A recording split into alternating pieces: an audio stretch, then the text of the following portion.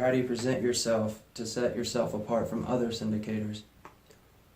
Well, ultimately, as investors, the most important thing is that we trust the person who is leading the charge. And this is if I'm passively investing in something or if I'm speaking to one of my investors, that's usually the number one thing.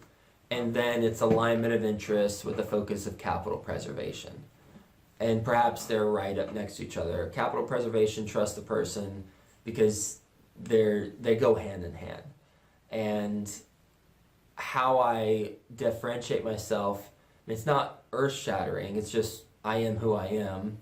My business partner is who he is, and we are transparent with investors. Now, I know actually that there are other people who do what I do who have that transparency and have that same level of trust from their investors.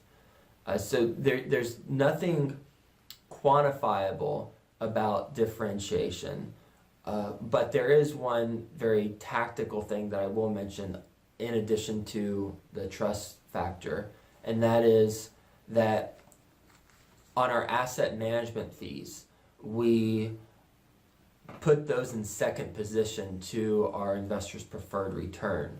So if for whatever reason the preferred return is not being hit, then we won't collect our asset management fee. Now it's common sense, right? If you're not performing for the project, for the investor, then you shouldn't collect an asset management fee. But for whatever reason, that's not common practice. And certainly it's not common to put in black and white in the operating agreement that that's the case. So we do that. We put in the operating agreement that if we're not on track for the preferred return, then we won't collect our asset management fee. So that's a tactical way that we differentiate ourselves. But more that's I think a minor point, but it does reinforce the alignment and interest that we have with investors. The ultimate thing is the trust factor. And as a apartment investor, as a apartment syndicator, for anyone who's looking to put these deals together, then the suggestion I have for you is to make sure that you're present online and present in in-person meetups if your investor base is local, because that allows people to get to know you better, faster. And whenever I jump on calls with people I'm establishing a new relationship with, most of them say, I feel like I've already talked to you because I've heard your podcast.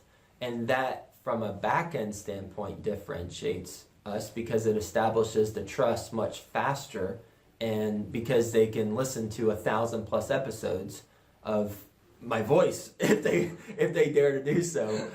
That's really what it boils down to, is the trust and credibility, and how, as apartment syndicators, how do we build that in a scalable way? And that's really what I recommend looking at.